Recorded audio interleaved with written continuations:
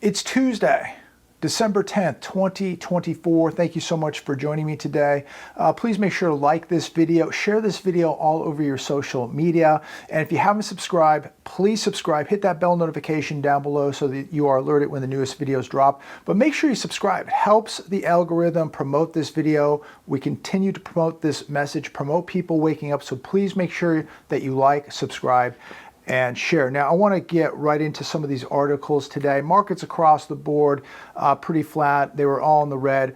But I want to share some of these articles with you. Feel free to comment down below on any of this, but I think it's extremely imperative that you're protecting your wealth right now, that you're being very aware and awake of what's happening in the world, what's happening in these markets. Too many people rely on other people to manage their money and to protect their wealth. And a lot of people, just as we saw back in the 2008 crisis, got absolutely annihilated because they trusted other people with their money. Other people told them everything was going to be okay. You've got to take responsibility. You got to be awake and aware of what is taking place right now, the uncertainty, the volatility, everything.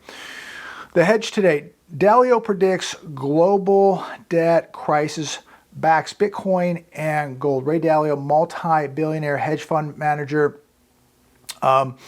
Smart guy. I agree with a lot of what he has to say, not everything, but billionaire investor Ray Dalio expressed concerns about a potential pending debt money problem in global finance and urged a shift towards hard assets like Bitcoin and gold. The current levels of indebtedness is unsustainable, Dalio says. It's impossible for major countries like the US to not have a debt crisis in the years ahead that will lead to a great decline of money value.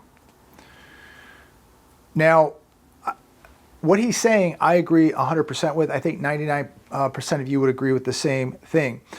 Speaking with my buddy Enrique today, we're going to try to do a video possibly tomorrow, maybe sometime this week, and we're going to talk about gold, silver, Bitcoin, other cryptos, things of this nature. I'm a big gold guy. I do believe that when you're looking at cryptocurrencies, the volatility is very, very extreme. But as I've said, if you have money to gamble, if you can afford to lose some money, it's not a bad idea to look at, junior mining stocks. Maybe it's not a bad idea to look at some of these cryptos if you can afford to lose this stuff, because you really cannot hold this stuff. The gold and silver, especially the gold, is what you can hold. And I've, over the years have been more prone to gold than silver because silver is quite volatile also. So, over the last few years, I've really been more of a proponent of gold than silver, and some people would argue that it's quite the opposite. But right now, from what I've seen, gold has in my opinion been the better investment over silver. Dalio says steer away from debt assets like bonds and debt. I believe that there would be likely be a pending debt money problem. I want to stay away from debt assets like bonds and debt and have some hard assets like gold and Bitcoin. He said he would still choose gold over Bitcoin. In 2022, he said it was reasonable to allocate up to 2% of an investment portfolio in Bitcoin. What are your thoughts on this? Some people may say it should be a lot higher. A lot would say it should be 0. Let me know your thoughts on this. But I would honestly, if I had a choice of going to Disneyland and wasting my money, going to Vegas, wasting my money, going on a cruise, wasting my money, taking a vacation, wasting my money, just going shopping for stuff I don't need, wasting more money, going out drinking, out to expensive dinners and wasting money, honestly, I'd rather put that money in Bitcoin than waste it in any of that stuff. I'd rather take my chances with Bitcoin. Now, again, I'm a big gold guy. If you don't hold it, you don't own it. But if you're just going to throw money away, I think you have a better chance throwing it at something like Bitcoin than you do just wasting it out night on the town, taking vacations, going to bars, things of that nature. So let me know your thoughts on that. And I know that there's a lot of people that are huge advocates of the cryptos and Bitcoin. And, look, I've never held anything against anybody for their beliefs. It's obviously done very, very well, but it is also very, very volatile, and it can go to zero. Gold can never go to zero. Gold has a 5,000-year history. Gold has been here through Great Depressions, currency collapses, world wars, empire collapses, you name it. Gold has been tested. Gold is God's money. And if you need help getting gold or silver, go to my link down below, SD Bullion, great company, trustworthy company. It's where I've been dealing, where I've been buying every ounce of gold and silver from over probably 7.5 years now.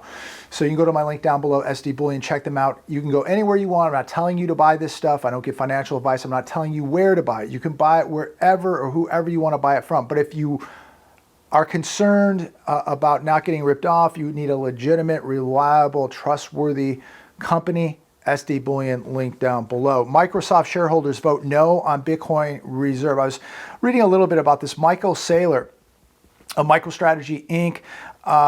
Tried to persuade them to buy Bitcoin, to invest in Bitcoin. And their shareholders said no. Volatility is a big factor. Too much of the proposal, they said, appears to rely on the FOMO mentality. So who's right? Is Microsoft staying away from this? Ray Dalio right, saying that you should have a couple percent of your portfolio in this. Many people watching this video may say you better have 50% of your portfolio in this, 25%, 100%. Who's right? Who's wrong? But right now, Microsoft says no way. Their shareholders vote no on Bitcoin. Are you voting no on Bitcoin or yes? Look, again, if you have some money to gamble, if you can afford to lose it, maybe it's something to look at. And I'm going to talk to Enrique about that, because Enrique, he holds gold, he holds silver, he holds cryptos, very diversified portfolio. And I'm going to ask him some questions. So make sure you check out that video this week. Here's another one today from Fox Business. Boeing to lay off hundreds in Washington state as company-wide cuts continue. 396 people about ready to be laid off out of the 2,199 who will be laid off at the Washington plant. 10% of its global workforce, 17,000 of its employees are going to be let go early 2025, and many of them being let go right now before Christmas. So Merry Christmas, right? Merry Christmas to these employees and so many other employees who have lost their jobs just in the last month or two, or are about to lose their job today, tomorrow, Friday, next week. Look, many of these companies are looking at the bottom line. It's all about the shareholders, and many companies are going to be trimming the fat, and they're going to really be trimming the fat in 2025. Do whatever you have to do to not lose your job. You may not like it. I've said this a million times. You may not like it, but if you're making decent money, if you're paying the bills, do what you have to do to stay there. You may have to stay there a year or two until things turn around. Hopefully this administration comes in and turns things around. I really pray to God that they do. And you have more choices, more opportunity, and the ability to make more money. But what if you don't? You got to stay put and pay the bills right now, because if you lose a job in this environment right now, you're in very, very big trouble. If you are making good money, try to replace an $80,000 or $100,000 a year job right now. Try to do that. Very, very difficult. Kroger, Albertsons merger blocked by court in latest anti-M&A farce by the Biden administration. So anyways, check these articles out, do your own due diligence, but whoever's right or wrong with this, the bottom line is this: it's going to come down to jobs. Albertsons not being bought out by Kroger now, this could be a big problem in regards to they may have to let go of a lot of people. They may have to lay off a lot of people.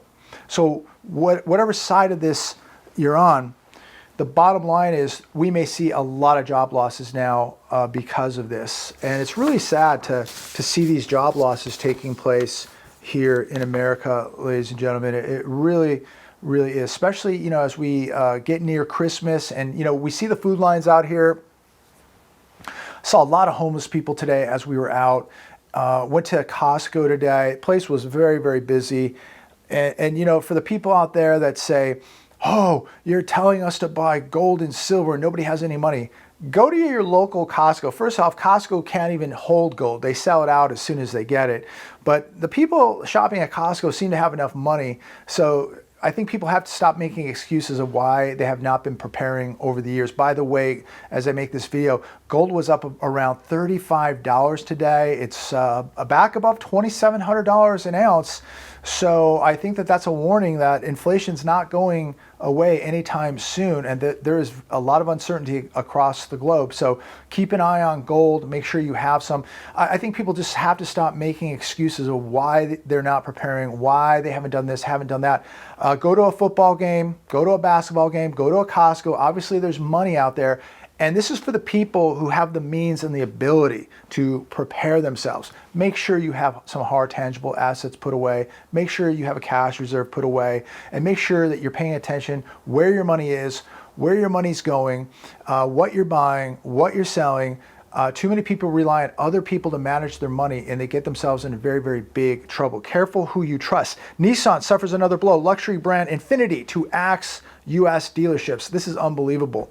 Sales have dropped more than 50% in the last 5 years across the U.S., and now Infiniti dealerships are going to be closing up across America. Infiniti at one time really was considered a luxury, a real status at one point, right? Infiniti, they were really making a nice car, and it really was a status symbol. Now, think about it. Nissan could be gone. They have 12 to 14 months left of life. If they don't find an investor, they're done. Infiniti, done. Closing the showrooms now. So this could all be over in 2025. And what a tragedy. It really is. Who's next? How many more people will lose their jobs? How much more vacant real estate does this mean if they close up all the Infiniti dealerships? I don't know. There's probably near 200 of them in America, 150 to 200. That's a lot of vacant real estate. That's a lot of jobs. Think about all the people that sell these vehicles, service these vehicles, maintain the properties. Not good. A lot of people are going to lose their jobs. America's middle class in 2024, aging vehicles, $300 carts of groceries, and mountains of credit card debt. This on the economiccollapse.com. Average household is spending $327 every time they go to the grocery store to fill up that cart. And I remember, I don't know about you, but back in the day, $300 was a lot of money. Now, it's a grocery cart. Average new car payments around $750. The average household credit card debt, $10,700. Average mortgage payment is almost $3,000 a month. Average healthcare insurance for a family, $25,000. For a single person, $9,000. This is 100% unsustainable. And if this new administration does not get a grip on this immediately, if they do not fix this in the next 12 to 24 months, this country is done. We are in big, big trouble. The average person in America, the average household in America cannot continue to do this. This is unsustainable. People are so stretched. They're so in debt now because of what has taken place over the last few years that it's going to be very, very difficult for people to even come back from this, because every day that goes by, they're going deeper into debt. And there's no way that the next administration is going to be able to fix things overnight. It's going to take months and months and years. So, hopefully they can get us a tax break, quickly. Hopefully they can get energy prices down quickly. That would give us some relief. Hopefully they can do something with this, this sticky inflation that we have, that we can see food prices come down and gets, some breathing room, and people can begin to breathe a little bit. If they don't do this, really, I think in the next 6 to 12 months, a lot of people are going to be in trouble. A lot of trouble out there. I'm going to leave it there today, ladies and gentlemen. Please like, share, subscribe. Stay safe out there. There's so much happening across the world, so much out of our control, but control what you can control. Get the debts paid off. Make sure you have assets put away. Make sure you have some cash put away. Make sure that you're being fiscally responsible, getting in the best physical shape you can, the best spiritual shape that you can right now. Prepare for 2025. I think it's going to be a little bumpy. Let me know your thoughts. Comment down below. Take care. God bless.